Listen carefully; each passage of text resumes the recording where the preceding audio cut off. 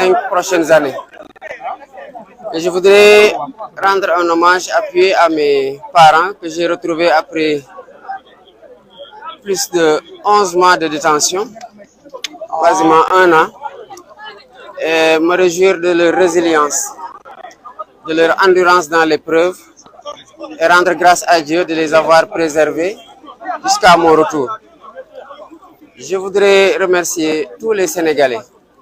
qui se sont mobilisés pour le respect de cette échéance, pour défendre la démocratie sénégalaise et nous donner l'opportunité d'exprimer tous le choix de la personne qui va nous diriger pour les prochaines années. Je viens d'accomplir mon devoir de citoyen en toute sérénité, avec une certaine ferveur, parce que je suis dans mon village et ça fait déjà bientôt un an qu'ils ne m'ont pas vu, ce qui est exceptionnel. Depuis que je suis né ici, que j'ai grandi ici, je n'ai jamais fait plus de 3 mois sans arriver dans ce village-là. Je comprends alors tout cet engouement autour de ma personne, cette ferveur et cet accueil-là, et je les en remercie beaucoup. J'en suis très reconnaissant et j'en suis très touché. L'élection présidentielle, dit-on, c'est le rendez-vous d'un homme avec son peuple. Mais nous avons réussi à faire de cette élection le moment de la présentation claire d'un projet de société à une société, à un peuple appelé à choisir fatalement entre la continuité et la rupture. Et d'ici quelques heures, on aura le verdict de ce choix-là. Je demeure confiant quant au choix pour la rupture que je suis à mieux même d'incarner, mieux que quelconque autre candidat. Je suis particulièrement confiant au regard de l'Alliance populaire qui nous a accueillis partout au Sénégal, à l'aube, comme tard dans la nuit et dans la chaleur de la mi-journée, pour nous exprimer toute leur adhésion au projet que nous leur avons présenté et qui n'attendaient que ce jour pour exprimer solennellement leur décision. Et je demeure convaincu que cette élection-là se jouera dès le premier tour. Je voudrais finir pour dire aux autres candidats, comme j'entends le faire en ce moment, d'appeler au calme. Parce qu'en définitive, il n'y a que des Sénégalais qui votent pour se choisir un leader sénégalais. Et il n'y a pas de raison qu'à l'issue de cette journée, que la tradition ne soit pas perpétuée, à savoir que le vainqueur soit félicité par les vaincus et qu'au lendemain, les Sénégalais vaquent tranquillement à leurs occupations pour un retour définitif à la sérénité qui a été gravement perturbée ces derniers mois, ces dernières années.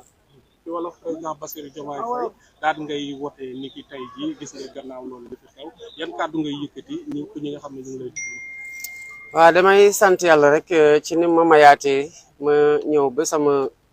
fi ma juddoo sama dëkk di Njaay biir Ndiaganiao ci département de Mbour fekkaat fi samay waajur ni ngeen leen gisee seen at yi xaw nañ sori waaye yàlla sàmm na leen ak métit bi ñu muñ ko delluwaat ci moom ba ma mën leen fekkaat mën def sama devoiru citoyen maanaam voté. Gis ngeen tamit waa dëkk bi niñ ma tertoo waaye li ma mën a comprendre la parce que fii laa juddoo il y a 44 ans ci gannaaw ni ngeen ko xamee minuit bu duggee sama anniversaire dugg na je suis né le 25 mars 44 ans yoo xam ne mosuma toog def 2 mois yu ma toog yu ma ñëwul ci dëkk bi bu baree ba bare kon bu ñu toogee daanaka toog fukki weer ak ñaar yoo xamante ni gisuñu ma ñëw tamit ak statut de présidentiable candidat à l'élection présidentielle nii rek la mënoon demee parce que fii samay maam samay xarit samay waajur samay dëkkandoo di village bi ñëpp ay mbokk lañ donc seen doom lañ teertu gi te nii rek la mënoon demee tey nag ñu ngi wote waaye wote gu lu ñu may mooy taxawaay bu sénégalais yi amoon il y a quelques semaines pour xeex pour que élection bi nga xamante ne dañ ko bëggoon toxal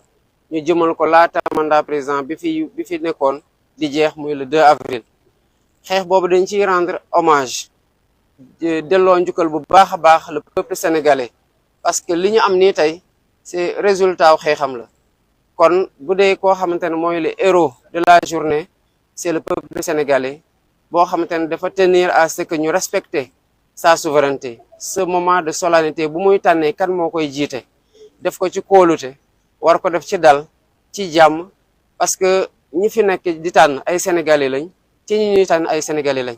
jarul xuloo jarul xeex jarul xiiroo jarul ŋaayoo li suñu ñaan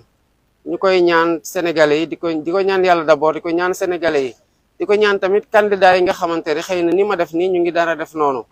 ñu wooteeg jàmm parce que bu fi sénégalais yi xoosoo rek ab sénégalais ko xoos te beneen sénégalais la xoos te loolu lu ñu war a moytu la Sénégal at yi ak weer yi surtout fitna bëri woon na fi tension bi bëri woon na fi féewuloo bi bëri na fi te président de la république bi ma bëgg a doon mooy bu ñëwaat doon président puso buñ ko mënee woowee noonu ñu rabaat diggante yi tappewaat xool yi boolewaat sénégalais yi pour ñu mën a jubloo ci liggéey bi am naa yaakaar nag ci li ma jot a gis ci campagne électorale bi fépp fi ma jaar ñu teertoo ma ba 6 heures du matin ak meeting yoo xam ne 6 heures du matin la xewee mbooloo bi bari lool ci tàngooru Linguère 45 degré nit ñi di daw ci suñu gannaaw oto pour topp ñu ci guddi nit ñi di ñu xaar ba xaaju guddi pour saafonteeg ñun pour déglu ñu pour fësal ni ñu ànd ak ci suñu projet loolu day dalal sama xel ne que élection bi premier tour dina jeex ma am yaakaar nag ñi nga xamante ne yàlla dina leen nattoo ndam ñu am humilité boo xamante ne dañuy xam ne ndam li sas la waaye du mérite personnel sas la yaakaar la bu ñu teg seen loxo waaye du mérite personnel yaakaar gu ñu warul trahir jamais bu ñu warul wor la waaye du mérite personnel ndax fu ñuy jaar pour egsi ci fii fu metti la ay bakkane ci roj ay nit a ci dem kasu ay nit a ci fas yéene jaar nar cee jaar laago ba abadan loolu moo nar a nekk en tout cas man président bi ma nar a nekk sama boussole su ma ko mënee waxee lu maanaam fi ma teg sama bët te di fa jëmee di ko fàttali ko pour mu doon loo xamante ne dootul amati ci Sénégal abadan daay man parce que lu ko sooke fas yéene nañ koo song donc di woote jàmm di woote waat jàmm di woote waat jàmm te di am yaakaar ne bu ngoon jotee ni ko Sénégal defee en 2000 ki fi nekkoon félicité ki gagné ni ko Sénégal defee 2012 ki fi nekkoon félicité ki gagné noonu la war a demee tey parce que suñu génération warul def moins que ses devanciers dañoo war a tamit dégluwante topp scrutin bi ànd ci toute la bonne foi qu'il faut et l'acceptation du résultat bu ko defee jàmm ju ñu bëgg dina am de Sénégal luñ ko xamee woy bi dina gën a rafet ñu mën a jublu ci liggéey bi bu ëllëgee ndax urgence yi bari nañ situation dëkk bi metti na te c'est des défis yoo xamante ne amuñu temps bu ñuy xaar pour bañ leen song à bras le corps pour mën ko dindi ndax sénégalais yi sonn nañu waaye incha allah rabbi tey la seen rongoñ di fer bu soobee yàlla.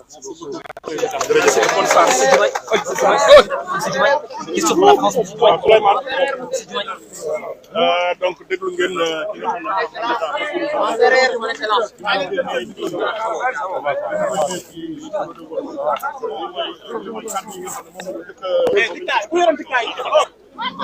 ki gale yi sonn nañu waaye tey la seen rongoñ di fer moo nekk li nga xamante ne moom la kii daanale kii di Bassirou Diomaye Faye ñu leen di fàttali ne kooku le di Bassirou Diomaye mu ngi woote